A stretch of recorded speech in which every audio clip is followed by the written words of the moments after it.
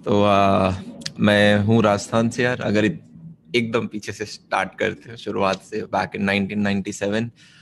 तो ये हमें अपॉर्चुनिटी मिली 20th सेंचुरी में पैदा होने की। और 97 में पैदा हुए, शुरुआत में राजस्थान में रहे। फिर पापा की जॉब, पहले एज अ टीचर थे, फिर दिल्ली में आ गए सर्विसेज में। तो हम भी इधर शिफ्ट हो गए पापा के साथ साथ कि चलो यार, पापा की बेल्ट की जॉब है, आपको साथ में। यहाँ पे सबसे पहले एक छोटे स्कूल के अंदर गए जिसका नाम कुछ जेएमवी स्कूल था। 2-3 साल वहां काटे। फिर हमारे घर में या तो सब आर्मी के अंदर है या फिर सब स्पोर्ट्स के अंदर है, दो चीजें हैं। तो पापा ने पूछ लिया, बेटा चलो बताओ आपको कौन सा स्पोर्ट्स पसंद है। तो हमने कहा कि ज्यादा तो आते नहीं, क्रिकेट देख रखा है बस, और कोई नाम पता नहीं। पापा ने कहा बताओ, फुटबॉल खेलोगे, लॉन टेनिस खेलोगे, क्रिकेट खेलोगे? मुझे समझ नहीं आ रहा। मैं कहा स्कूल में स्केटिंग चल रही है आजकल। पापा ने कहा बेटा लॉन टेनिस खेलो। ये एक ऐसा गेम है जो कि वन मैन होता है, आपको बाकियों पर डिपेंडेंट नहीं होना पड़ेगा। मैंने कहा ठीक है खेलते हैं। तो लगभग थर्ड क्लास से लेके 11th क्लास तक ये 7-8 साल दबा के लॉन टेनिस खेला। और काफी मजा आया। दिन के 3-3 5-5 घंटे अच्छी ट्रेनिंग होती थी। आर के खन्ना स्टेडियम में जाते थे। वहां पे हमारे कोच थे अरुण सर, जो कि इंडियन डेविस कप टीम जो है उसको लीड करते हैं। बहुत अच्छी एक जर्नी थी। मीन वाइल 7th क्लास के अंदर किसी ने कहा स्कूल चेंज कर लो, डीपीएस वगैरह में चले जाओ, वहां पढ़ने वाले बच्चे होते हैं, तुम्हारा सुधर जाएगा, वहां पे अच्छे होते हैं। मैं कहा ठीक है चलते हैं। उनका एक एडमिशन टेस्ट होता है।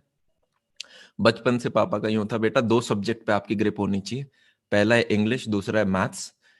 ये दो पे आपकी ग्रिप है तो बाकी सब्जेक्ट्स अपने आप निकल जाएंगे। हर जगह यही होता है, चाहे आप एसएससी देखो या किसी भी कॉम्पिटेटिव एग्जाम को निकालो, ये दो है तो आप बाकी सब्जेक्ट समझ भी जाओगे और ग्रिप भी ले लोगे विद प्रैक्टिस। ठीक है, 7th के अंदर घुस के लकीली एडमिशन मिल गया। फिर 7th 8th 9th 10th वहां रहे। अब मैं थोड़ा बहुत ज्यादा ही शाय बच्चा था। वो जो होते नहीं गाय जो आके फ्रंट बेंच पे बैठ जाते हैं, टीचर आके पूछता है बेटा पिछली क्लास में क्या पढ़ाया था बताओ मुझे। तो वहां बैठे थे। तो डीपीएस वाले बच्चे मुझे ज्यादा समझ में नहीं आए, क्योंकि वो यार वो बात करते हैं फुटबॉल की। अब मुझे फुटबॉल में सिवाय रोनाल्डो के कुछ नहीं पता। वो बोलते यार ये टीम का उसके साथ मैच हो रहा है, इसका। मैं कहा यार ये तो हाई लेवल की बात हो रही है। फिर वो गाड़ियों की बात करते हैं, फलाना बीएमडब्ल्यू, फलाना मर्सिडीज। मैंने कहा ये भी अपने उसके ऊपर की बात है, अपने घर में खड़ी है पल्सर। अपन दूर रहते हैं इनसे। तो फिर फिर आपका स्पोर्ट्स भी ऐसा ही होता है। लॉन टेनिस आप खेलते हो, पूरे कॉल स्कूल में 2-4 बंदे होते हैं जो कि लॉन टेनिस खेलते हैं। फिर ऐसे करते करते 10th में पहुंचे। 10th में सबके 10 सीजीपीए आ जाते हैं। मतलब थोड़ी बहुत मेहनत करी और आगे। थोड़ी बहुत तो नहीं यार, काफी मेहनत करी, घर से बहुत प्रेशर होता है। पर मेरे को यूं लगता है कि चलो ठीक है, वो सिस्टम भी अच्छा था, बोलने में अच्छा लगता है। 10 सीजीपीए आए थे, इससे ऊपर कुछ होता नहीं। फिर यार 11th में सोचा कि डीपीएस आर के पुरम शिफ्ट हो जाए, क्योंकि वो घर से लगभग आधा किलोमीटर ही दूर था। और फिर किसी ने कहा डीपीएस आर के पुरम और भी अच्छा है वसंत कुंज से। हमने कहा चलो ठीक है उसमें चले जाते हैं। एडमिशन टेस्ट दिया तो क्वालिफाई हो गया। इंटरव्यू वगैरह राउंड लेते हैं, 14 लोग बैठते हैं उनके एचओडीज इंटरव्यू राउंड में। मैं डर गया देख के, पर फिर समहाउ वो भी 11th के अंदर जब वहां पे गए तो वो स्कूल थोड़ा सा स्लाइटली बेटर था, क्योंकि उसमें 50% डीपीएस के बच्चे थे और 50% न्यू एडमिशन थे। तो मतलब मैंने कहा मेरे जैसे लोग भी हैं वहां पे। वहां गए, हम बैठे। 11वीं 12वीं कैसे निकलती है पता ही नहीं चलता, ये तो तुम सब ऑलरेडी जानते हो गया। आदमी अंदर जाता है। और मुझे तो जब मैं 11th 12th देखता हूँ बस एक चीज याद आती है, स्कूल जाते थे बिना बाल बनाए वगैरह, वापस आते थे, डीटीसी पकड़ते थे, कोचिंग इंस्टीट्यूट। 1 घंटा लगता था, कोचिंग इंस्टीट्यूट में 3 घंटे पढ़े, वापस आए, डीटीसी पकड़ के वापस आए। घर पहुंचे, अब 2-3 घंटे खुद पढ़ना पड़ेगा, बहुत दिल पे पत्थर रख के सेल्फ स्टडी करी, सो गए। तो ये शेड्यूल रहा। 12th आ गई, पता नहीं कहाँ से बोर्ड भी खत्म हो गए। हमारे टाइम में यार दोनों के पेपर लगते थे, आपके बोर्ड के भी जेई मेंस के भी। अब मेरे को एडमिशन मिल रहा था। एक पापा है ना, मेरी बहुत मस्त चीज करते हैं, चॉइसेस देते हैं मेरे को लाइफ में। तो जब से मैं 10th से 11th में जा रहा था तो पापा ने चॉइस दिया कि बेटा तुम्हें स्पोर्ट्स खेलना है या फिर तुम्हें साइंस लेनी है। तो मैंने कहा पापा मुझे तो स्पोर्ट्स खेलना है, 8 साल हो गए इसी में आगे जाना है। पापा ने कहा ठीक है बेटा साइंस ले लो। मैंने कहा ठीक है साइंस ले लेते हो। फिर 12वीं के बाद मेरे को 2 कॉलेजेस में एडमिशन मिला। एक था आपका हिंदू और एक था आपका एनएसयूटी। तो पापा ने फिर से पूछा बेटा तुम्हें हिंदू कॉलेज जाना है या एनएसआईटी जाना है। मैंने कहा, मन में सोच रहा हूँ मैं, यार रॉकस्टार मूवी हिंदू कॉलेज के पास कहीं शूट हुई थी, मैंने सुना डीयू की लाइफ बहुत सही होती है, उधर जाएंगे 3 साल पढ़ेंगे, 1 साल पहले डिग्री खत्म होगी, 1 साल में यूपीएससी की करके अपन भी सर्विसेज के अंदर घुसते हैं। तो पापा ने कहा ठीक है बेटा एनएसयूटी चले जाओ। मैंने कहा यार चलो ठीक है एनएसआईटी जाते हैं। अब हमारे एनएसआईटी जब गए तो न्यूज़पेपर में आर्टिकल आया था, हमारे 8 सीनियर थे जो कि 1.25 करोड़ का पैकेज लेके गए, और ये रिकॉर्ड टाइप था, मतलब इतना तो आईआईटीज में नहीं गया था। तो मैं कहा भाई साहब अगर हमारे सीनियर्स ऐसे हैं तो हम तो उनकी नेक्स्ट जनरेशन है, हम तो पता नहीं क्या ही उखाड़ के लेके जाएंगे। तो वही जो फर्स्ट सेमेस्टर में बंदा बहुत ज्यादा मोटिवेटेड होता है, मैं पढ़ूंगा मैं पढ़ूंगा मैं ये कर दूंगा मैं वो कर दूंगा, क्योंकि जो थोड़ी बहुत कमी आपकी रह जाती है ना कि यार हमें सिर्फ आईआईटीज में यार ऊपर की नहीं मिली, आईआईटी का रह गया टैग, इतने साल मेहनत करी वो तो मिला नहीं, तो रहा कि ठीक है यार प्लेसमेंट बाद में निकाल लेंगे। फर्स्ट ईयर के अंदर घुसे, एक यार चीज चलो मैं थोड़ा सा रैपिड फास्ट कर देता हूँ इस चीज को, वरना है ना बहुत बोर हो जाओगे, और आप मेरे को लग रहा है काफी बच्चों ने पहले से ऑलरेडी सुन भी रखा होगा। तो हमने कहा चलो फर्स्ट ईयर में घुस गए। अब जैसे ही फर्स्ट ईयर में घुसे तो भाई एक चीज जो इमेज बदलनी थी वो ये थी कि शाय बिल्कुल नहीं रहना है, एकदम उल्टा हो जाना है शाय का। मैं फर्स्ट डे से प्लान करके जा रहा हूँ, आज शर्माना नहीं है, आज शर्माना नहीं है, आज तो जो चीज मिलेगी उसमें हाथ खड़ा कर देंगे। पहले दिन आपके सीनियर्स आते हैं, सीनियर्स क्या कूल लगते हैं फर्स्ट डे पे, वो आ रहे 3-4 के, उसमें बड़े बड़े लग रहे हैं, उन्हें कपड़े पहनने का तरीका है, हम तो ऐसे कपड़े पहन रहे, शर्म आ रही यार क्या पहन के आ गए यहाँ पे। फर्स्ट बेंच पे बैठा हूँ मैं आदत से मजबूर, उन्होंने पूछा क्लास का सीआर कौन बनेगा, मैंने ऐसे हाथ खड़ा कर दिया मैं, उन्होंने कहा, मैं पीछे मुड़ के देख रहा हूँ पूरी क्लास में किसी ने हाथ नहीं खड़ा कर रखा, सिर्फ मैं। उन्होंने कहा ठीक है तू सीआर बन गया। मैंने कहा गुड गुड गुड। उसके बाद मैं बगल में पूछता यार सीआर का मतलब क्या होता है तेरे को पता है? वो बोलते क्लास रिप्रेजेंटेटिव। मैंने कहा अच्छा यार मॉनिटर बनाया इन्होंने। तो मॉनिटर बन गए। फिर कुछ सीनियर्स मिले, मेन काम होता है एज अ सीआर आपका बंक वंक कराना। इतने देर में दूसरे सीनियर आ गए, उन्होंने कहा अरे हम तुम्हारे आईटी वाले सीनियर हैं, पिछले इलेक्शन जिसने करा है वो दूसरी ब्रांच के सीनियर हैं, तो हमारे मान्य रखे जाएंगे, तो दोबारा सीआर के इलेक्शन कराओ। इस बार 2-3 बंदों और ने हाथ खड़ा कर दिया। इलेक्शन का हुआ तो फर्स्ट बंदा था रैंक ओपनर, जिसके सबसे ठीक नंबर आए थे, तो वो अपना पूरा फुल इंग्लिश में कि यार मैं आपको है ना पेपर के दौरान हेल्प करूंगा, नोट्स प्रोवाइड कराऊंगा, और कोई भी डाउट हो आप मुझसे किसी भी टाइम हॉस्टल में आके पूछ सकते हो, इस टाइप की। मैं बगल में एक सीनियर के साथ खड़ा था जिनका नाम था वॉस्की मैम। वॉस्की मैम बोलती ओए इधर आ। मैं पास में चला गया, तेरे को ये सब नहीं बोलना। मैंने कहा क्या बोलूं फिर? बोली तू बोल तू बंक कराएगा, तू बास्केटबॉल फुटबॉल दिला के लेके आएगा, तू हॉस्टल टपवाएगा। मैं कहा ठीक है पक्का यही बोला? हाँ बोल। मैं जाके बोला और जो मेजोरिटी से जीता हूँ मैं। मैंने कहा ग्रेट सीआर बन गए अपन। अब जब हॉस्टल में आप जाते हो, मीनवाइल जब दिन चल रहा था, मम्मी हॉस्टल का रूम सेट कर रही थी, कपड़े वपड़े, तो मैं दोपहर में 2 बजे वहां पहुंच रहा हूँ, तो मम्मी सब पोछा वोछा लगा के एकदम, हाँ जी चलो बच्चे का अब मैंने सेटल कर दिया। और जब आप अपने उस छोटे 8x10 कमरे में आते हो ना, मैं उसे ऐसे देख रहा हूँ कि भाई साहब पता नहीं क्या ताजमहल देख रहा हूँ मैं, क्योंकि वो यार जिसमें 4 साल बिताने हैं मेरे को, साइड में अलमारी, आपका एक बेड, खुद की टेबल, खुद की खिड़की, मजा स्वाद आ गया। मम्मी निकल गई और पता नहीं मेरे अंदर क्या आत्मा चढ़ी थी, मैं टेबल पे बैठ गया कि आज जो पढ़ाया है उसके फॉर्मल नोट्स बना लेता हूँ। इमेजिन करो थोड़ा, जो कॉलेज में पढ़ाया वो तो पढ़ा ही है, उसके फॉर्मल नोट्स बना लेता हूँ। मैं बैठ के फॉर्मल नोट सुंदर सुंदर हैंड राइटिंग में लिख रहा हूँ। गेट खुला था अभी, ठीक है फर्स्ट डे ना, पता नहीं है कि गेट बंद रखना होता है हॉस्टल में, उन्होंने खोला, 2 बच्चे आए मेरी क्लास के और वो बहुत अच्छी रैंक थी, उन दोनों का नाम अनुज। वो देख के मेरी तरफ ऐसे बोलते, ऐसे बच्चे होते हैं जो बड़ा बनते हैं कल को। मैंने कहा यार ये तो गिल्ट में डाल रहे, पढ़ाकू समझ रहे हैं मेरे को, ये इमेज नहीं चाहिए। मैं कहा नहीं पढ़ रहा मैं। मैं तो ऐसे ही बैठा था। उनके साथ बाहर गए घूमने फिरने, फिर वो बंदी काफी अच्छे दोस्त वगैरह भी बने। दोस्त तो सारे बन जाते हैं यार। फर्स्ट डे आप मेस में जाते हो, वो एक अच्छा एक्सपीरियंस होता है कि यार सबने बोलते हैं हम हॉस्टल का खाना बहुत खराब होता है। मेस में गए और बड़ी बड़ी टेबलें लगी पड़ी हैं, एक पे 15-15 20-20 लोग बैठ सकते हैं, हम सब बैठे हैं। और भाई सिर्फ डिस्कशन का एक टॉपिक, आईटी का सीआर वो है, कंप्यूटर्स का सीआर वो है, मैकेनिकल का सीआर वो है, क्योंकि और कोई टॉपिक ही नहीं है बात। मैंने कहा यार इसकी तो इज्जत है, ये तो सीआर बन गया। मैंने कहा बहुत बढ़िया। और एक चीज और भी हुई फर्स्ट डे पे, आपके सीनियर बोलते हैं कि यार आप है ना व्हाट्सएप ग्रुप बना दो, तो सबके नंबर ले लो। मैं एज अ शरीफ बॉय, बहुत ही शरीफ, मैंने एक छोटी सी कॉपी निकाली, मैंने बांट दी कि यार लो लो लो, सारे नंबर ले लिए। मीनवाइल 2-3 दोस्त थे मेरे जो कि ऐसे देख रहे हैं, मतलब बाद में दोस्त बने, उस दिन तो नए बंदे ही थे, वो ऐसे देख रहे, हंस रहे मेरी तरफ। मेरे समझ में नहीं आया कि यार ये बंदा हंस क्यों रहा है, ये हंस क्यों रहा है, वो भी ऐसी ऐसी स्माइल क्यों दे रहा है मेरे को। लगभग जब हम 3rd ईयर में थे ना, तब उसने एक दिन मेरे को बोला, यार तू अलग ही लेवल, कि यार तू सही निकला, फर्स्ट डे के अंदर ही तेरे को सारे नंबर मिल गए। मैं कहा मतलब भाई तूने सारी लड़कियों के नंबर, मैंने कहा अच्छा इसलिए हंस रहा था तो उस दिन ये दर्द लेके बैठा था इतने दिनों से अंदर। मैं कहा ये तो सोचा ही नहीं उस टाइम, काफी शरीफ थे। तो ठीक है, फर्स्ट ईयर आपका निकला। अब फर्स्ट डे हमारे सीनियर्स ने कहा था बंक मारना है और क्लास में यूनिटी बहुत होनी चाहिए, और मैंने ये चीज को है ना लकीर मान लिया था खून की, कि यार यूनिटी बहुत जरूरी है क्लास में।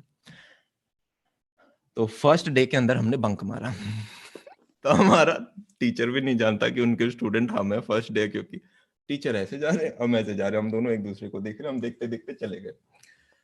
ये था फर्स्ट डे। फिर आप सेकंड डे के अंदर आते हो, थोड़ी थोड़ी चीजें होती हैं, सोसाइटी के ऑडिशन होने स्टार्ट हो जाते हैं। ना गाना आता है मुझे, पर हम गाना गाने गए, वहां पे रैप गा दिया हमने फिर ड्रामेटिक्स के अंदर थिएटर तो आता ही नहीं है, जो स्ट्रीट होता है हमने कहा चिल्ला तो सकते हैं, चलो चिल्लाने का प्रयत्न करते हैं। उसमें भी सेकंड थर्ड राउंड में निकाल दिया उन्होंने, कुछ कहा तुम मुझे खून दो मैं तुम्हें आजादी दूंगा, एक कोने में फुटबॉल में खड़ा करा, बोल वहां दूसरे गोल पोस्ट तक आवाज जानी चाहिए, चिल्लाए पर नहीं हुआ। फिर इसी प्रकार से बाकी डांस वगैरह और ऑडिशंस वगैरह हुए। पॉइंट बीइंग, मैं यार आपको यहाँ पे है ना कुछ एक स्टोरी सुनाऊंगा, उनमें से कुछ चीजें होंगी जो कि आप उठा सकते हो, जो कि आपको लगे कि यार ये अपने लिए ठीक है। पहली चीज, चाहे गाना आता हो ना आता हो, अगर आप फ्रेशर हो, आपको कॉलेज में सारी सोसाइटीज में एक बार मुंह दिखाई करनी है, ठीक है। उससे क्या होगा, आप खुलोगे, जो कि बहुत इंपॉर्टेंट है। अगर आप एक शाय बंदे हो, कल को यार आप किसी भी स्किल के अंदर चले जाना, चाहे वो इंजीनियरिंग है, डॉक्टर है, कोई भी प्रोफेशन ले लेना, चाहे बिजनेस है, सेल्स है, अगर आपकी कम्युनिकेशन स्किल्स अच्छी नहीं है तो एक पॉइंट के बाद आप ऊपर नहीं जा सकते। अगर आप एज ए इंजीनियर भी ज्वाइन हो रहे हो, अपनी कोडिंग स्किल्स के बेसिस पे आप शुरुआत में एंटर कर सकते हो, 2-3 साल उस रह सकते हो, पर अगर आपको टीम लीडर बनना है तो टीम लीडर बेस्ट कोडर नहीं होता, वो बंदा होता है जिसको काम करवाना आता है। तो वो चीज इंपॉर्टेंट है। तो कॉलेज तुम्हारा वो प्लेग्राउंड है जहां पे आपको हर दोस्त को एज अ अपॉर्चुनिटी देखना है कि यार इससे मैं बात कर रहा हूँ तो ओके, जैसे प्रैक्टिकल्स में लिखते थे एम पर्पस गोल वगैरह, तो आपको देखना है यार मैं बात कर रहा हूँ, मुझे ये चीज करवानी है। और कभी कभी होता है ना, बात करने के बाद सोचते अरे यार काश ये चीज बोली होती तो अच्छे से निकल जाता। तो वो चीज रियलाइज करो और नेक्स्ट टाइम वो चीज इंप्लीमेंट करें। हर स्टेट के यार हमारे पास लोग आते हैं, हर टाइप का नेचर का दोस्त आपको हॉस्टल में मिलेगा, 250-300 बच्चे होते हैं, तो वो बात करनी बहुत जरूरी है। फिर फर्स्ट ईयर में यार पता नहीं, फर्स्ट ईयर से पहले ही इनफैक्ट 12th खत्म होती एक चैनल भी स्टार्ट किया था यूट्यूब पे, पर फर्स्ट ईयर में हमने ज्यादा वीडियो डाले नहीं थे, कुछ 6-7 वीडियो ही डाले थे। अब सेमेस्टर में बहुत पढ़ाई कर ली जो रिक्वायर्ड नहीं थी उतनी, मैथ्स में 97-98 आ रहे, मैंने कहा यार इतने तो बोर्ड में ही मेरे कम आए थे, इससे 95 आए थे, ये तो ज्यादा आ रहे हैं फिर देखा कि यार कोडिंग करके वो वाइब नहीं आ रही थी। काफी बंदे होते हैं जिन्हें बहुत वाइब आती है, उनका टोटल वही कि कोडिंग कोडिंग कोडिंग। मुझे वाइब नहीं आ रही थी कि यार कुछ जॉब ऐसा होना चाहिए, फील्ड में काम करें, 2-3 केस सॉल्व करके आए तो लगे कि आज दिन में कुछ काम किया है, ये क्या यहाँ पे टेस्ट केस सॉल्व कर रहे हैं स्क्रीन पे बैठ के। मैंने कहा मजा नहीं आ रहा। तो पर फिर भी घर वाले तो बोलते हैं यार प्लेसमेंट लेनी है, प्लेसमेंट लेनी है, तो इधर उधर ज्वाइन किया ऑफलाइन कोचिंग वगैरह, और वहां पे वो कोडिंग वगैरह सिखा रहे समर ब्रेक के अंदर। अब 10 दिन तो मैंने सहा। फिर एक दिन हम बैठे थे, टीचर ने कहा ये क्वेश्चन सॉल्व करो। मैं, मेरा एक और दोस्त अमन, उसके जेई मेंस में आए थे लगभग 256 के करीब, बहुत तगड़ा स्कोर होता है 256 उस टाइम 360 में से। वो बैठा, उसे भी गवर्नमेंट में जाना था, वो मेरे को देखता मैं उसे देखता, मैंने कहा यार बाहर चले, तो बोल चल देन हम दोनों क्लास के बीच में से खड़े बाहर निकल गए। अब बाहर निकल तो गए पर अब ये नहीं पता जाना कहाँ है, तो हम जाके स्टेयर्स पे बैठ गए, यार कहाँ जाए। उसने बोला यार इधर चलते हैं मुखर्जी या जीटीबी में से, वहां पे है ना ये एसएससी के हब्स हैं, यूपीएससी के हब, किसी टीचर से जाके मिलते हैं, पढ़ना वढ़ना कैसे बता देंगे। कोई प्लान नहीं है, हम चले गए मुखर्जी सॉरी जीटीबी नगर, जीटीबी नगर गए, वहां उतरे, ऐसे ही रैंडम कोचिंग इंस्टीट्यूट्स के अंदर घुस रहे हैं। हम थे एनएसआईटी के, और हम टीचर्स को ये बोलते जाके कि यार हम आईआईटी दिल्ली के फर्स्ट ईयर से और हमें यूपीएससी निकालना है। तो टीचर्स को हमारे अंदर है ना वो परफेक्ट कैंडिडेट दिखने लग जाता था कि यार ये निकाल लेगा। वो बैठाते अपने उस कमरे के अंदर, उनका मेन एक इंस्टीट्यूट में तो जो उनका मेन जो बंदा था वो बैठाता दोनों को आगे, और उसने लगभग हमें 1 सवा घंटा दिया और हर चीज समझाई, ये करनी है ये नहीं करनी, ये करनी है ये नहीं करनी। एक इंस्टीट्यूट के अंदर गए, उसने बुक लिस्ट बना दी, ये एनसीईआरटी की किताबें करो, ये 5-6 रिकमेंडेड किताब है, ये करो, ये 3 महीने में खत्म करना। मैंने कहा बहुत बढ़िया। यहाँ से दूसरी चीज जो हमें सीखने को मिलती है वो ये कि आप अपनी जिंदगी में कभी भी किसी से हेल्प मांगते हो तो मिलेगी, नहीं मांगोगे तो मिलेगी नहीं। इमेजिन करो, आप सब में से काफी बच्चे हैं जो कि 12th में हैं, कोई सेकंड ईयर में है, आप कॉलेज में हो, अगर आपके पास एक 10th क्लास का बच्चा आता है चिकड़ टुकड़, भैया मेरे को ये बताओ कि 10th बोर्ड में अच्छा कैसे स्कोर करे, तो तुम बताओगे नहीं, उसे खुल के बताओगे कि यार ये किताब कर ले, टुगेदर विद मत करियो, ये कर ले, या ये अच्छी थी, फलाना चीज फलाना चीज। कोई और डाउट हो तो बताइए मुझे। सेम चीज पूरी हर जगह डोमेन में है। तो आप किसी भी डोमेन में जाना चाहते हो, उसमें किसी ने ठीक ठाक कर रखा, आप उसके पास जाके पूछोगे तो वो कायदे से आपको बताएंगे, पर आपको पूछना पड़ेगा। ठीक है, हेल्प मांगो, आपको बहुत सारी हेल्प मिलेगी, नहीं मांगोगे तो नहीं है। राइट। तो ये एक अच्छी चीज वहां से सीखने को मिली। उधर से आ गए, फिर हमने कहा यार ठीक है, काफी इंस्टीट्यूट्स ने यही कहा है यार इधर इधर मत आओ, पहले खुद सेल्फ स्टडी एनसीईआरटी वगैरह करो, उसके बाद कभी देखना ऑप्शनल वगैरह के लिए। मैं कहा, ठीक है। खुद पढ़ने पढ़ना स्टार्ट हो गए हम, और कोचिंग बंक करने लग गए। और बंक करके एक होता है आप मूवी देखने जाओ, हम देख कैसे पागल पढ़ रहे हैं। तो ठीक है, बीच बीच में कोचिंग चले गए। फिर सेकेंड ईयर में यार मेरे को एक चीज यूं था कि हम जब वीडियो बनाते थे तो उस दौरान हॉस्टल के अंदर बहुत डिस्टरबेंस होती थी। तुम्हारे दोस्तों को पता चल जाए ये वीडियो बना रहे हैं, अच्छा अमन डिस्टरबेंस तो नहीं हो रही, आवाज तो नहीं आ रही, तो वो शूट नहीं करने देते थे, कब गेट पे बड़बड़ बड़बड़। मैंने कहा यार यहाँ से साइड हटना पड़ेगा, ये बार बार बुलाते हैं बाहर। तो मैंने कहा अलग अपार्टमेंट चाहिए, अलग स्टूडियो चाहिए, पर घर वालों को कैसे मनाए। तो कहानी बनाई कि पापा जी, मैं और जो दूसरा अमन है ना, हमें यूपीएससी की तैयारी करनी है, तो आप ऐसा करो, हमें है ना एक रूम दिलवा दो पास में ही कहीं, और हम बैठ के पढ़ेंगे। पापा क्या बोलेंगे, हट ये हॉस्टल में नहीं पढ़ाई हो सकती, ऐसी कौन सी पढ़ाई करनी है। तो लगभग 3-4 दिन लगे। फिर पापा ने कहा चलो ठीक है यार, दूसरे अमन के भी बहुत अच्छे नंबर हैं, ये पढ़ लेंगे। फाइनली माने, एक जगह हमने रूम फिक्स किया, उन्होंने पापा ने 2 महीने का एडवांस दिया, हम शिफ्ट हो गए। शाम को मैं पापा को कॉल करता उसी दिन के, पापा अमन आनंद तो नहीं आ रहा। पापा बोले क्या, कैसे दोस्त है तुम्हारे, तुम नालायक, तुम्हारे दोस्त नालायक, कोई जुबान की वैल्यू नहीं है, ऐसे कौन मना करते। मैं कहा 1 घंटे का लेक्चर है, सुन लेंगे, पर अपना स्टूडियो अब इसको बना सकते हैं, अपने पास अपनी स्पेस है। तो वहां हम बैठे, धीरे धीरे मैं चीज लेके आता रहा कि ओके यार, कभी टाइम लगा 3-4 महीने में, पर वो स्टूडियो बन गया। स्टूडियो बन गया। फिर एक दिन ऐसी टीचर से बात कर रहे थे, किसी मेरे जिन्होंने जेई वगैरह की पढ़ाई कराई थी, कि यार मैंने ऐसा ऐसा बनाया। उन्होंने कहा यार ये चीज तो हमें भी चाहिए होती है, हमारे कुछ बच्चे होते हैं जो कि एब्सेंट हो जाते हैं, तो उनको दोबारा पढ़ाना पड़ता है, तो बहुत अच्छा होगा अगर सामने कैमरा वैमरा हो, क्लास रिकॉर्ड करेंगे, उन्हें बोलेंगे कि ओके यार ये चीज वापस देख लो। मैं कहा ये चीज तो कर सकते हैं। तो उन्होंने मेरे को एक बड़े बंदे से मिलाया जो कि बीकानेर वगैरह में कोचिंग वगैरह में पढ़ाते थे, आईआईटी दिल्ली के पास आउट थे 3 बंदे। उन्होंने कहा ठीक है यार कर चलो। तो उन्होंने कहा यार तू लगा देगा, मैंने कहा हाँ स्टूडियो बना देंगे, इसमें क्या यार, कॉस्टिक फॉर्म, कैमरा, माइक, राइट, और थोड़ी बहुत और चीजें होती हैं, हो जाएगा। मैंने कहा ठीक है। तो मैंने कहा फ्री में फर्स्ट वाला जो होगा मैं आपका फ्री में कर दूंगा, इक्विपमेंट्स का आपके चार्जेस लगेंगे। उन्होंने कहा ठीक है, हम ट्रैवलिंग वगैरह देख लेंगे। उन्होंने मस्त टिकट विकेट बुक कराई, मैं मस्त गया। क्या ही होता है यार, बहुत सिंपल काम था। मैंने कहा कॉस्टिक फॉर्मिंग, और वो 20-20 फुट ऊंचे बड़े बड़े, एक क्लास में 300-300 बंदे बैठ सकते हैं, ऐसी चीजें बना रखी हैं उन्होंने। उन्होंने कहा यार इक्विपमेंट अच्छे होने चाहिए। मैंने कहा ठीक है। तो जहां 80,000 का, लाख का कैमरा लगता है, वहां मैं 2 लाख का कैमरा लगा रहा हूं। मैंने कहा ठीक है, इनके पास पैसों की कमी है नहीं, हम भी अच्छा लगाते हैं, मुझे भी सीखने को मिलेगा बड़े कैमरों में क्या होता है। तो हमने वो बढ़िया बढ़िया सेटअप किए। अकॉस्टिक फॉर्मिंग काफी एक्सपेंसिव होती है उनकी, वो कराई। और ऐसा सेटअप, क्योंकि उनको ज्यादा दिमाग खर्च नहीं करना चाहते, कि एक बटन दबाएं उनका सब रिकॉर्ड हो जाए, सारे ऑडियो रिकॉर्ड हो जाए, माइक भी उनके यहाँ पे डिस्प्लेस कर देते थे ऊपर 20 फुट से टंगा के। उन्हें अच्छा लगा, उन्होंने कहा पूरी कोचिंग में कर दे। मैंने कहा ठीक है, 8-10 कमरे हैं, सब में कर देते हैं।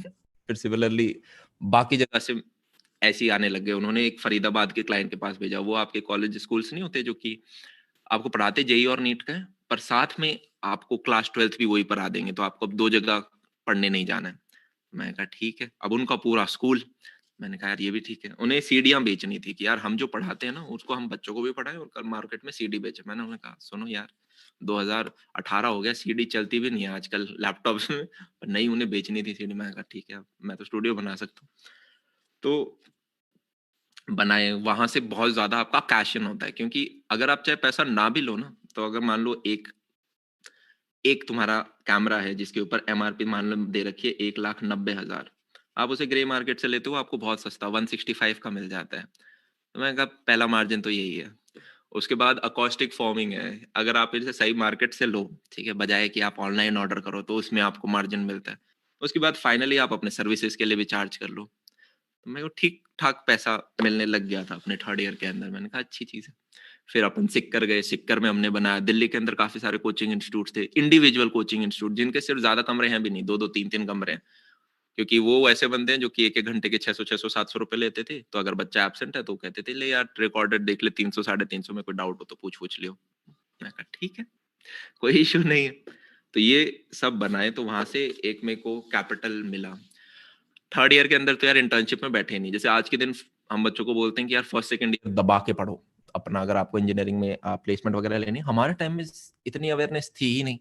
हमारे सीनियर्स ने हमें सिखाया था पहले 2 साल करो ऐश और थर्ड ईयर में पढ़ाई करना स्टार्ट करना, और फोर्थ ईयर में प्लेसमेंट ले लेना। अब टाइम बदल चुका है, अब अवेयरनेस बहुत ज्यादा है। उनका थर्ड ईयर में इंटर्नशिप में कौन नहीं बैठेगा, और अपन अर्न कर रहे हैं क्या ये। प्लेसमेंट में पहली कंपनी आई माइक्रोसॉफ्ट, 40 लाख। मैं कहा, ओ भाई साहब 40 डिवाइडेड बाय 12, 3.5। यार ये मेरे दोस्त, इन्हें तो कुछ नहीं आता, ये लेके जाएंगे 3 लाख का पैकेज। मैं कहा यार हमने नुकसान तो नहीं कर दिया, बैठना चाहिए था। नहीं, क्योंकि उस टाइम में 40 लाख नहीं कर पा रहा था। बाद में पता चला वो 40 लाख नहीं देते, वो बेसिकली आपको 17-18 लाख ही देते हैं। आपका 1 लाख कुछ 10,000 का पैकेज होता है पर मंथ माइक्रोसॉफ्ट में। बाकी आपके स्टॉक्स वगैरह होते हैं जो कि आपको 4 साल में मिलते हैं। सेकंड ईयर से आपका पैकेज 40 लाख नहीं होता, वही 17-18 लाख होता है, वो फर्स्ट दिखाने के लिए होता है। मैंने कहा पर उस टाइम पता नहीं था, वो बड़ी बड़ी कंपनियां आ रही। तो वो एक ऐसा टाइम था जब आपका आपको दिमाग में भी पल्स वाइब होती है, मतलब कि यार आपको लोड हो रहा है, क्योंकि एक साइड में प्राइवेट का भी काम चला रखा था, प्लेसमेंट का भी थोड़ा बहुत लोड था, थोड़ा बहुत जो कॉलेज सेमेस्टर का लोड होता है। और यूं भी था कि साथ साथ में अभी घर वालों को तो यही बोल रखा था कि हम यूपीएससी की पढ़ाई कर रहे हैं। मैं सारी चीज छुप छुप के करी। अब जैसे को अगर कोई वीडियो डालते थे 15-20 मिनट का है, तो मैं घर वालों को बोलता था देख तो लो 15 मिनट का वीडियो, 15 मिनट लगाए मैंने, क्या समय लग गया उसमें। उन्हें उन्हें बोलूंगा कि 15 मिनट के लिए पहले 1-1.5 घंटे की शूट हुई है, इसमें 1.5 घंटे की एडिट लगी है, थंबनेल बने। उन्हें फर्क इतना समझते भी नहीं, वो टेक्नोलॉजी का फायदा उठाते हैं हम इस चीज का। फिर जब मेरे लाख सब्सक्राइबर हुए थे, जो कि शायद थर्ड ईयर में ही कहीं पे बीच में हुए थे, तो उस टाइम थोड़ा दिमाग में आया कि यार ऑनलाइन चीज को भी हम कुछ करें क्या एक्सप्लोर। यार लाख बंदे हैं। और ये मेरे दिमाग में नहीं आया, मेरे छोटे भाई के दिमाग में आया। उसने कहा देखो मेरी क्लास में एक बच्चा जानता है। हाँ, क्या भैया आपको जानते हैं मेरी क्लास में एक बच्चा। मैंने कहा अच्छा अच्छा अच्छा ठीक है। तो मैंने पापा से बात करी। और यहाँ पे एक और इम्पोर्टेंट चीज है जो कि आप सीख सकते हो, पेरेंट्स से बात करनी बहुत जरूरी है। मैंने कहा पापा 3 चीजें हैं, प्राइवेट, सरकारी और ये आपका, और मैं नहीं कर पाऊंगा तीनों। तो पापा ने कहा ठीक है बेटा छोड़ दे, कौन सी छोड़ने। मैं कहा प्लेसमेंट छोड़ दूं। पापा खुद हाँ बेटा छोड़ना प्लेसमेंट क्या। मैंने कहा, ठीक है चलो एक हटा, एक हटते ही मतलब प्लेसमेंट हटते ही मतलब आपको कॉलेज के मार्क्स से भी अब फर्क नहीं पड़ता, एक तरह से 2 हट गए। मैं बहुत रिलैक्स्ड, दिमाग ऐसा आपको फील होता है कि ओके बैग हटा दिया एक बड़ा भारी सा। फिर थोड़े दिन बाद लगभग हफ्ते 2 हफ्ते में मैंने एक बार पापा के साथ मीटिंग करी कि पापा मैं यूपीएससी भी छोड़ना चाहता हूँ, ये तो 30 की उम्र तक दे सकते हैं, मेरे को 2 साल प्राइवेट सेक्टर को देने हैं, इसमें है पैसा देखो आ रहा है। तो पापा ने कहा नहीं बेटा नहीं, ये प्राइवेट सेक्टर ऐसे ही होते हैं, इनका कुछ भरोसा नहीं, अप डाउन, हमने हमारे घर में कोई नहीं है।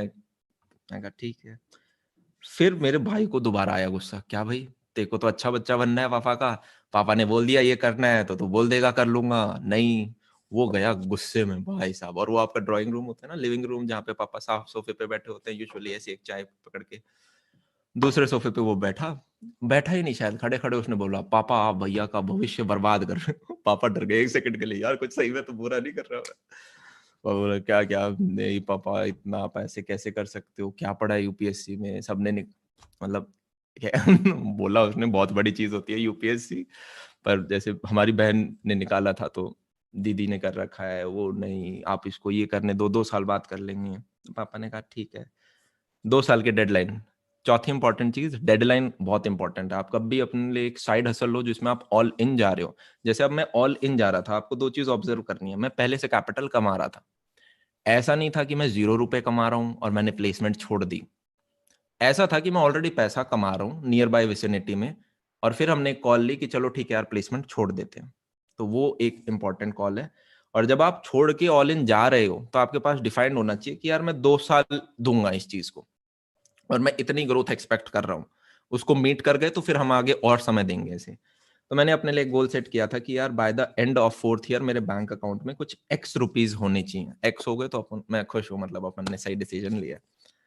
तो अब सारे लोड हट चुके थे, सिर्फ एक चीज था, प्राइवेट सेक्टर खोदना है। और आपके जो दोस्त हैं भाई वो लेके जा रहे हैं 40 लाख का पैकेज, एक 50 लाख का ले गया। मैं कहा यार ये तो, और जो 1.25 करोड़ के होते हैं वो आपके इंटरनेशनल पैकेजेस होते हैं, इंडिया में नहीं मिलते। इंडिया में 50 लाख मतलब बहुत बड़ी चीज। तो मैं कहा यार ये तो खराब चीज हो रही। तो आप लगते हो जैसे कुत्ता भागता है ना आपके पीछे, तो आदमी डबल स्पीड से भागता है, वो अलग ही फुर्ती आ जाती है। तो कुछ वैसा सा होता क्या है कि एक तो सपना लेना बहुत इंपॉर्टेंट है। मैं शायद 3rd या 4th ईयर की शुरुआत या एंड, या 3rd के एंड में था, मैंने एक वीडियो देखा था यूट्यूब के ऊपर, ठीक है। और यू वीडियो था कि उस बंदे ने कुछ BMW जैसी गाड़ी थी, इलेक्ट्रिकल BMW, साइड में वो खड़ा था ठीक ठाक। मेरे को अभी भी याद है वो बंदा कैसा दिखता था, मतलब अंग्रेज था, बल्कि था थोड़ा सा। और उसने साइड में लिख रखा था how I became a millionaire at 26। अब मैं से पहले तो कैलकुलेटर निकाला मिलियनेयर होता कितना है। मैंने कहा $1 million, ओके, ये होता है 7 करोड़ रुपए। मैंने कहा 7 करोड़ 26 की उम्र में। आपके दिमाग में कैलकुलेशन चलने लग जाती है कि कोई भी प्लेसमेंट आपको मिलियनेयर तो नहीं बना सकती। मैं खोल के वीडियो देखा, सारी चीज देखी, वो बंदा मस्त फ्लेक्स वगैरह कर रहा है, मैंने ये चीज करी, मैं इसके अंदर घुसा, मैं यहाँ से। मैं कहा ठीक है। पता नहीं दिमाग में कहाँ से थॉट आई, यार 26 की उम्र में कर रहा है, सोच यार ये चीज तुम 22-23 की उम्र में कर लो। पता नहीं कहाँ से आई है रैंडम पागल थॉट। और मेरे रूम में ऐसे पीछे जो व्हाइट बोर्ड होता था पुराने स्टूडियो में, बड़ा सा, वो जो टीचरों का होता है 6x4 का, मैं उस पर खड़ा हो गया, चलो यार देखते हैं मिलियनेयर कैसे बन सकते हैं। मैं रैंडम चीजें, मैं किताब लिख दूंगा। हम ये चीज करेंगे, हम इतने ज्यादा स्टूडियोज बनाएंगे, हम वहां से करेंगे, ये करेंगे। मैं सारी चीज एडअप कर रहा हूँ जबरदस्ती की, जो मेरे पास है भी नहीं वो भी बना रहे हैं। सारी चीज एडअप करके भी हम near by vicinity of 2 crore पहुंचे कि यार 2 करोड़ कमा सकते हैं। पर ये भी 7 तो नहीं है, मिलियनेयर तो कहां से बनेंगे। पर पॉइंट बीइंग, आपका जो ड्रीम है वो आप एक बार लो और आप उसे लिखो तो सही। और एक चीज होती है which is very important, the first step. आपके दिमाग में कोई आइडिया आता है और अगर आप 5 सेकंड के अंदर रिएक्शन नहीं कर रहे हो, आप उस पर चलोगे ही नहीं। अगर मेरे दिमाग में चीज आई, ये चीज अपने को करनी है, आपके पास 5 सेकंड की विंडो है जिसमें आप या तो अंदर घुस जाओगे या फिर वो नहीं होगा। क्योंकि ब्रेन हमारा स्ट्रक्चर्ड इस फॉर्मेट में है, उसे कंफर्ट चाहिए, उसे लग्जरी चाहिए। तो वो 5 सेकंड तो बढ़िया आइडिया देगा, यार ये चीज कर सकते हैं। उसके बाद वो बोलेगा चल ठीक है थोड़ी देर बाद में कर लेंगे, कल देख लेंगे, आज तो ये वाला काम है। वो कल आता नहीं है। तो वो व्हाइट बोर्ड पे खड़े होके वो चीज बनाना इंपॉर्टेंट है, क्योंकि फिर आपने एक तरह से खुद के साथ एक ईगो होता है यार कि यार मैंने बनाया है, 2 का फिगर बनाया है, ज्यादा भी नहीं तो एटलीस्ट कुछ तो आसपास पहुंचे इसके। अब यार ये नेक्स्ट चीज जो मैं बताने वाला हूँ वो है कि हमने एक्स का डिसाइड किया था कि होना चाहिए। एंड जब तक कॉलेज खत्म हुआ था हमारा जो अमाउंट था वो लगभग 10x था मेरे बैंक अकाउंट के अंदर, लगभग 10 गुना। तो मैंने कहा ओके, ग्रोथ है इस सेक्टर में, अपन बढ़िया कर सकते हैं। 10x यार, कोई मेरे को आके ऊपर से आके बोलता ना 10x हो सकता है, मैं मानता नहीं उसकी। नहीं, झूठ बोल रहा है ये। पर वो चीज हो गई, आपको बिलीव मानना पड़ेगा, सपने रोज लेने पड़ेंगे, इस लेवल के सपने लेने पड़ेंगे। थोड़े है ना यार सपने लेने वाली चीज। जैसे मैं फर्स्ट ईयर में अगर आपको अपनी अपनी जगह, आपकी जगह अपने आप को सोचूं, जब लोग बोलते थे ना यार सपने ले लो, फलाना चीज कर लो, ये चीज हो जाएगी, तो लगता था अबे यार इसका निप गया, इसका निप गया, ये सबके लिए नहीं होता। अपन यहाँ कच्चे में बैठे हैं यार, ये हो गया, अब सबका ऐसे थोड़ी ना होता है। इनफैक्ट मेरे लिए तो बचपन में ये भी विजुलाइज करना मुश्किल होता था कि अपन कभी जॉब भी कर रहे होंगे। याद है तुम्हें, हम 3rd 4th क्लास में होते थे और हमें लगता था यार 10th क्लास वाले बंदे कितने सीनियर हैं, ये पैंट पहनते हैं, हम निक्कर पहनते हैं। भाई साहब, फिर आप 10th में जाते तो आपको लगता है 12th वाले कितने बड़े हैं, इनकी दाढ़ी वाड़ी एकदम बल्कि होते हैं। फिर आप 12th पार करके आपको लगता है कि यार कॉलेज वाले ये तो रंगीन पैंटे पहनते हैं, भाई साहब इनकी लाइफ तो क्या अलग ही है। फिर आप फर्स्ट ईयर के अंदर आते हो, आपको फर्स्ट ईयर में लगता है यार 4th ईयर वाले सीनियर हैं असली बंदे, तो क्या मस्त जी रहे हैं वो। अब मुझे यार ये बताओ, जब आप, मेरे को लगता है 11th 12th सबसे खराब साल होते हैं। एक नर्सरी का बच्चा सबसे ज्यादा एंजॉय कर रहा होता है, एक छोटा बच्चा एंजॉय करता है। सिमिलरली कॉलेज के अंदर भी देखें तो एक फर्स्ट ईयर का बंदा हमारे टाइम में ज्यादा एंजॉय करता था as compare to 4th year. फिर हम धीरे धीरे सेकंड ईयर में पहुंचे, थर्ड ईयर में पहुंचे, पता चला यार आधा कॉलेज निकल गया। फोर्थ ईयर में हमने एंजॉय किया, जब आपकी प्लेसमेंट लग जाती है, बाकी बच्चों की, आपके दोस्त फ्री होते हैं तो, पर फिर गिल्ट होता है कि यार कॉलेज खत्म होने वाला है अब तो क्या। तो एब्सोल्युटली, एब्सोल्युटली। अमन भैया, यहाँ पर मैं आपको थोड़ा बताना चाहूँगा कि एक्चुअली हमारा जो कॉलेज है, we are a media and journalism college, ठीक है? और इसमें से भी काफ़ी सारे लोग जानना चाह रहे हैं कि प्लेसमेंट और एंटरप्रेन्योरशिप में से क्या चूज़ करें। They are very confused about entrepreneurship, और एंटरप्रेन्योरशिप की तरफ मूव कैसे किया जाए? अरे सब मिल, कहानी बता रहा हूँ मैं, उसके बाद की पॉइंटर्स चाहिए तो मैं बता सकता हूँ। देखो, दो टर्म है आज के दिन, एक होता है एंटरप्रेन्योरशिप, एक होता है सोलोप्रेन्योरशिप। मैं जो करता हूँ वो सोलोप्रेन्योरशिप होता है। एंटरप्रेन्योरशिप में बोल सकते हो थोड़ा सा ओवरलैप है, ठीक है। हमारे पास भी अभी ठीक ठाक बंदे काम कर रहे हैं, लगभग हम हैं 45 के राउंड अब हो जाएंगे लगभग, सिर्फ अपनी कक्षा में अकेले में। तो इसको आप सोलोप्रेन्योरशिप बोल दो। सोलोप्रेन्योरशिप एक तरह से वो होता है जहाँ पे आप इनिशियली खुद ही स्टार्ट करते हो चीज़ों को, आप ही फाउंडर हो, आप ही एम्प्लॉय हो, आप ही वर्कर हो, आप ही प्रोड्यूसर हो, आप ही डायरेक्टर हो, सारी चीज़ें आपके ऊपर डिपेंडेंट है। और आज के दिन ये चीज़ बहुत ईजिली है with the help of social media, right. अगर हर हर समय का यार एक ब्रह्मास्त्र होता है, टाइमिंग होती है। मैं आपको एक चीज बताना चाहूंगा, जितने भी यहाँ पे अभी बच्चे हैं जो कि 11वीं 12वीं first second year third in में बैठे हैं, आप सबसे लकीएस्ट, सबसे ज्यादा लकीएस्ट जनरेशन हो। आपके बाद जो आएंगे और जो आपसे पहले आए थे वो आप जितने लकी नहीं थे, और उसके पीछे परफेक्ट एक रीजन मैं आपको बताता हूँ। हमारे टाइम में, जैसे मैंने आपको बताया, हमारे टाइम में अवेयरनेस नहीं थी 2015 में, तो हम फर्स्ट सेकंड ईयर में पढ़ते भी नहीं, थर्ड ईयर में जाके अच्छा कंपनी आएगी पढ़ेंगे। आज के दिन बच्चा 12वीं वाले बच्चे को पता है कि प्लेसमेंट कैसे लेनी है, पहले से प्रिपेयर्ड है वो, यार मैं ये चीज कोड करूंगा। या फिर आपके केस में जैसे कॉमर्स में आपने बताया, आपने भी कुछ कुछ चीजें अब ज्यादा अवेयर हो गए। है क्या, पहले हमें अगर कुछ चीज पढ़नी होती थी हम कोचिंग इंस्टीट्यूट जाते थे, ऑफलाइन जाते थे। आज के दिन ऑनलाइन ही सब कुछ है, आप कोई भी चीज सर्च करो आपको चीज मिल जाती है। यार ये रोड मैप है, ये रास्ता फॉलो करना पड़ेगा, ये कोर्स है, अच्छा ये कॉन्टेस्ट मेरे को लड़ने हैं और मैं ये चीज कर सकता हूँ। तो आज से जो 4 साल बाद जनरेशन आएगी, जिस प्रकार के यार आपके कंपटीशन यूपीएससी में होते हैं, ठीक है, रेलवेज के एग्जाम में होते हैं जहां पे करोड़ों बच्चे बैठ रहे होते हैं पेपर के अंदर, आपको कुछ सिमिलर सा प्राइवेट सेक्टर के अंदर दिखेगा, स्पेशली जो कोडिंग डोमेन है। और अब तो आपका 6ठी से 12वीं में भी नेप ने, नेशनल एजुकेशन पॉलिसी ने कंप्यूटर्स डाल दिया। मेरे को डर, अच्छी चीज है, पर मेरे को समझ नहीं आ रहा कि हमें अपॉर्चुनिटीज क्रिएट करनी पड़ेंगी फिर उतनी। और फिर दूसरे एंड पे जब मैं एआई देखता हूँ कि यार ओके एआई भी है, जो कि काफी सारी चीजें आसान बना देता है। जो चीज पहले लोग कोड करते थे, वो पता चला कि अब चीजें आपको काफी बेसिक फ्रेमवर्क वैसे ही मिल रहे हैं। आप सबसे लकीएस्ट जनरेशन हो जो सबसे ज्यादा खींच के लेके जाओगे। जब भी फेज कन्वर्जन होता है ना, बदलाव आता है, तो जो शुरुआती बंदे होते हैं वो सबसे ज्यादा उठा के लेके जाते हैं। समझ में आ रही है? नई दुकान खुली है, पटाखे पड़े हैं बहुत सारे, जो छोटा बच्चा सबसे पहले आएगा वो सबसे ज्यादा पटाखे ले जाएगा, सबसे अच्छे वाले।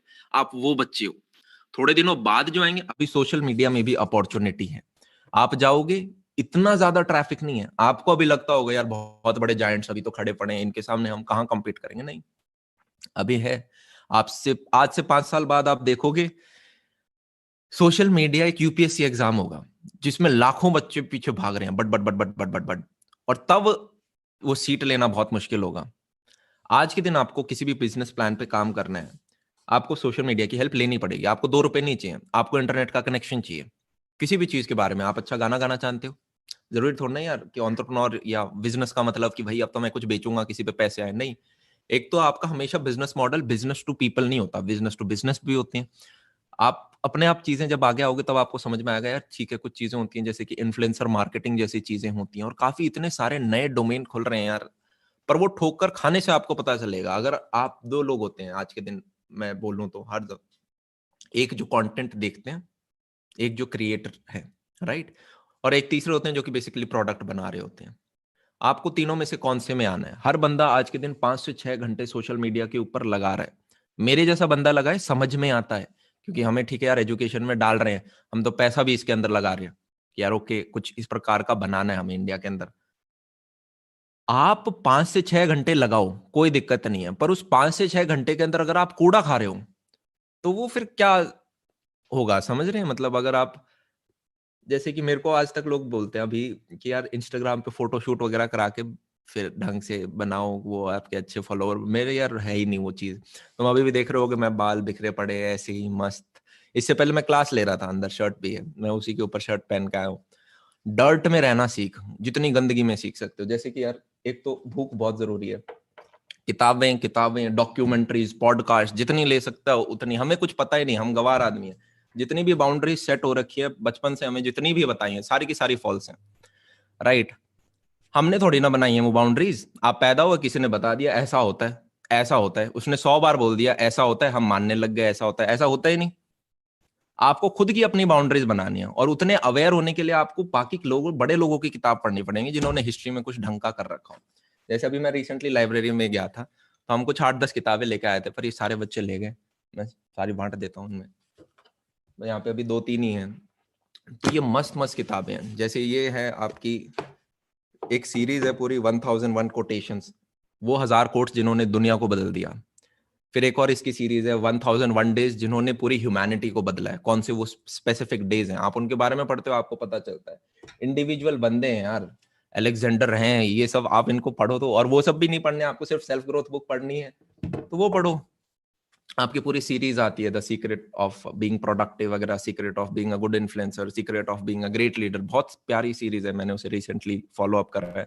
जितनी भी आपकी किताबें हैं, नेपोलियन हिल वगैरह जैसी जो बहुत फेमस मानी जाती हैं, थिंक एंड ग्रो रिच, उससे बहुत बेटर लगी मुझे वो।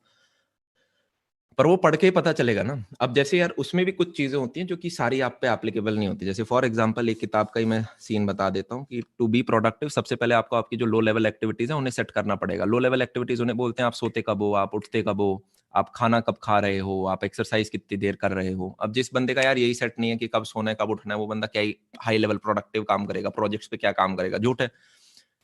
झूठ है। डिपेंड करता है आप कौन सी अपनी एज में हो। अगर आप 12वीं तक के बच्चे हो, ठीक है, समझ में आता है कि आप यार एक पर्टिकुलर टाइम पे सो जाओ, एक पर्टिकुलर टाइम पे उठो, आपका स्ट्रक्चर में बंधना जरूरी है।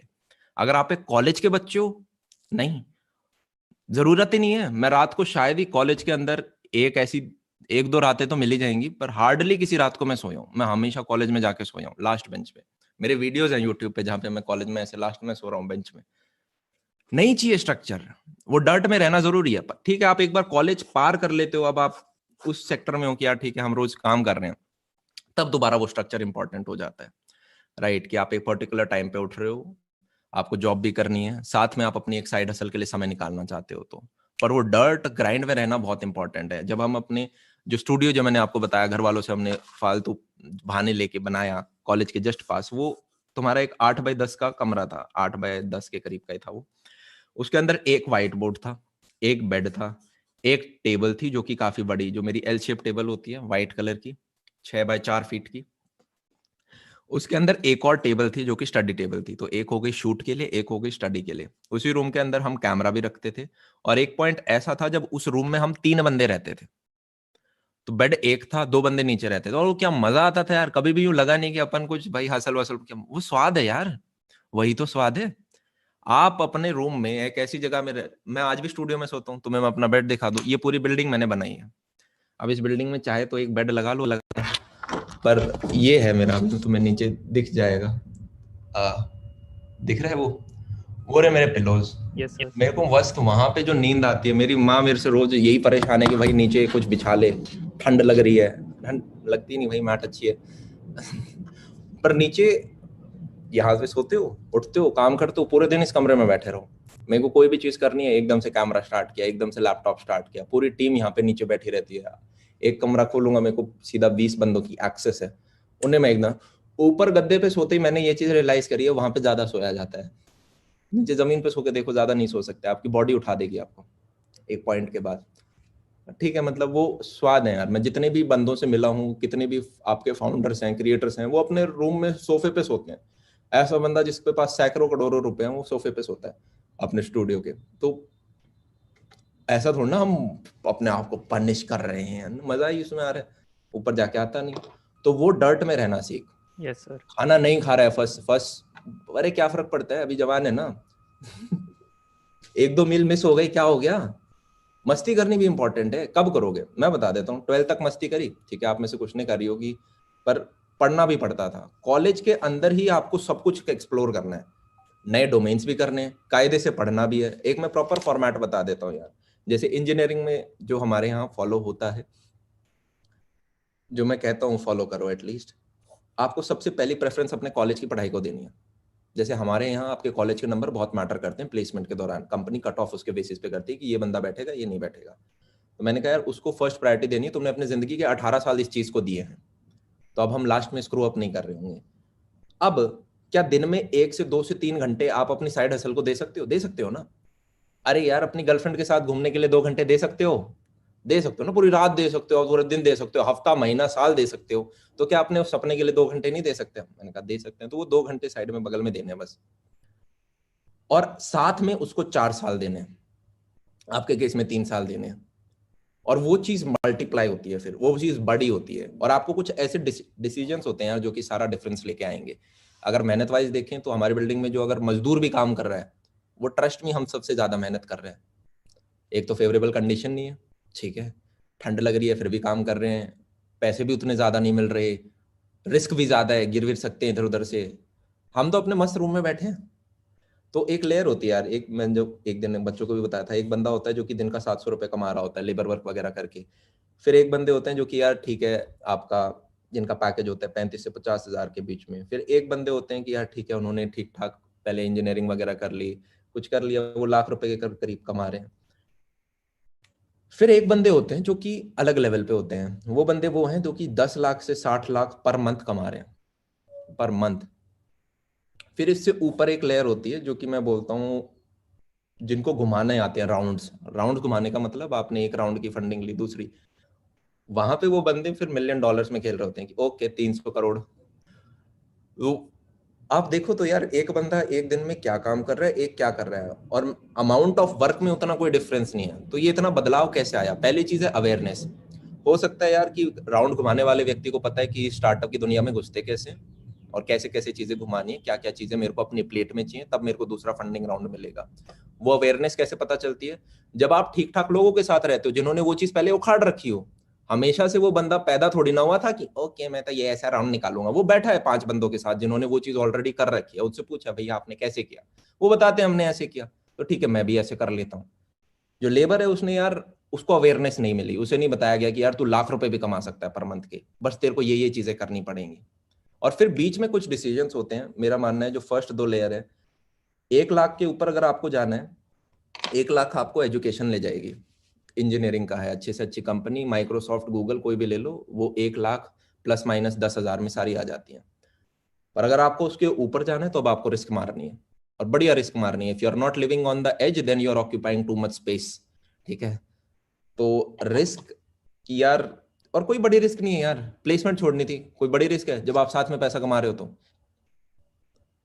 पर आपको काम करना पड़ेगा ना, पैरेलल काम, वो जरूरी है। आपको घर वालों को बताना पड़ेगा, घर वालों को झूठ बोलना पड़ेगा मेरे को एक अपार्टमेंट चाहिए जिसमें मैं यूपीएससी की पढ़ाई कर रहा हूँ, वो चीज जरूरी है, राइट। और बस बिलीव रख अपने आप पर। दिन में वो फेज देखा है तुमने अभी कॉलेज के अंदर सारे हो, चाहे नेहा हो या राहुल जितने भी यहाँ बैठे हैं, कि भाई आप पूरे दिन राहुल के बारे में सोच रही हो, राइट, या आप पूरे दिन नेहा के बारे में सोच रहे हो। तो वो उस लेवल का तुम्हारे दिमाग में कीड़ा होना चाहिए कि इस चीज के लिए मैं सैक्रिफाइस हो सकता हूँ। जैसे बुद्धिज्म में कहते हैं remove self from the equation, और दुनिया के सारे पेन खत्म हो जाएंगे। आपको उस गोल के लिए क्या आप खुद को सैक्रिफाइस कर सकते हो? वो गोल इतना बड़ा हो कि आप उसके सामने एक छोटी एंटिटी लगो, तो आप खुद का सैक्रिफाइस, हाँ यार ठीक है कर सकते हैं। जब वो भूख होगी, वो भूख है ही नहीं, लोगों में डरते बहुत हैं, तो आप खींच जाओगे, तो आप खींच जाओगे। Exactly. Sir, we have a brilliant question coming in from Khushi Chauhan. She says, I want to be an entrepreneur, but I'm struggling to find a business idea. How to get a perfect business idea for myself? देखो यार एक simple चीज, तीन चीजें यहाँ पे मेरे को जो स्ट्राइक कर रही हैं। पहली चीज, बिजनेस आइडिया ऐसे नहीं होते। आपको है ना, चाहे बिजनेस और एंटरप्रेन्योरशिप में एक बेसिक डिफरेंस है। बिजनेस मतलब जो ऑलरेडी बंधा हुआ बिजनेस है, जैसे ऑफलाइन कोचिंग इंस्टीट्यूट्स अगर मैं मानूं, वो एक बंधा हुआ बिजनेस है। तो मान लो किसी ने एक बहुत बड़ी इंस्टीट्यूट बनाई, कल को उसका बच्चा उसको कंटिन्यू कर रहा है, तो वो एंटरप्रेन्योर नहीं है, वो बिजनेसमैन है, बिजनेस कर रहा है वो। अगर मैं ऑनलाइन देखूं जो कि पिछले 5-6 साल में आया, तो मैं बोल सकता हूँ कि अन अकेडमी ने जो करा वो एक एंटरप्रेन्योर है, एक नई चीज लेके आए, उन्होंने स्टार्ट करी new in the market, that's called entrepreneurship. और सबसे पहले यार आपको उस डोमेन का नॉलेज होना चाहिए। 3-4 साल आपने रगड़ रखा हो उस मार्केट के अंदर, आपको नब्ज नब्ज पता हो, तब आप उसके अंदर एंटर कर सकते हो। वो बहुत इंपॉर्टेंट है। आप किसी भी पर्टिकुलर फाउंडर्स को देखो, जैसे कि फॉर एग्जांपल अनअकैडमी फाउंडर्स मेरे दोस्त हैं बहुत अच्छे से, तो मैं उनके बारे में आपको डिटेल में बता सकता हूँ। उनमें से एक बंदा ऐसा जिसने एक कंपनी एग्जिट करवाई थी, एग्जिट इन द सेंस उसने बनाई और उसने बेच भी दी। तो मैं बोल सकता हूँ उसे प्रोसेस के बारे में थोड़ी नॉलेज थी कि यार इसको ऊपर कैसे उठा के लेके जाना है। जो दूसरा बंदे थे वो है रोमन सैनी सर। उन्होंने यार एम्स 16 साल की उम्र में, यूपीएससी रैंक 18 या 16 में से एक थी। क्या मैं बोल सकता हूँ पढ़ाई के बारे में पता है उन्हें कि कैसे पढ़ते? तो वो बंदा एजुकेशनल चीज स्टार्ट कर रहा है। थर्ड बंदा टेक में बहुत अच्छा था, फोर्थ बंदे भी थे, वो अभी है नहीं उनके साथ। तो इन्होंने पहले रगड़ रखा था किसी भी पर्टिकुलर डोमेन में। ऐसा नहीं होता कि आप आइडिया सोचो हाँ ये चीज तो कर सकते हैं और घुस जाओ आप। पहले रगड़ना पड़ेगा आपको बेसिक लेवल पे, ग्राउंड रियलिटी। चाहे आपको कहीं पे काम करना पड़े, कॉलेज के दौरान कर लो, इंटर्नशिप कर लो, सीख लो, फ्री में काम करो, वो चीज बहुत जरूरी है। और दूसरी चीज, कभी भी वेट मत करो यार आइडिया का, क्रिएटिविटी का कभी वेट नहीं करते। अभी मैं एक राइटर के बारे में, सॉरी पेंटर के बारे में पढ़ रहा था, वैन गोआ, पता नहीं क्या नाम था, ठीक है, one of the biggest painter है दुनिया का। तो उसने 20 की उम्र के बाद पेंटिंग स्टार्ट करी, 20 की उम्र के बाद पेंटिंग स्टार्ट करी। एक डेकेड के अंदर उसने 860 पेंटिंग करी, ऑयल पेंटिंग, और 1340 उसने नॉर्मल पेंटिंग करी थी एक डेकेड के अंदर। जब आप कैलकुलेशन करते हो तो लगभग वो हर 4.5 दिन में एक ऑयल पेंटिंग बना रहा था, और लगभग 2 वीक के अंदर वो 3 या 5 अपनी नॉर्मल पेंटिंग बना रहा था। और उसने एक कोट दे रखा है कि get everything done and play, get everything done and time to play, इस प्रकार का कुछ है। तो आप जब उस कोट को फर्स्ट टाइम देखते हो, टाइम टू प्ले मतलब ठीक है बंदा लाइफ में चिलविल मार रहा है, खेल लो, खेल कूद भी जरूरी है। पर जब आप उसकी लाइफ के काम देखते हो कि यार इस बंदे ने 10 साल में इतना करा, आपको पता चलता है उसका प्ले का डेफिनेशन पेंटिंग करना है। आज के दिन उसकी हर एक painting million million dollar worth की है, राइट। तो वो बंदे ऐसे वेट नहीं करते, 850 पेंटिंग और 1340 उसने दूसरी पेंटिंग, समझ लो कितनी। वो बैठा नहीं था एक दिन की यार ओके मेरे पास एक मस्त सीनरी का आइडिया आएगा उसके बाद में अपना पेंट घुमाएगा। उसने बनाई इतनी सारी कि वो बंदा क्रिएटिव हो गया।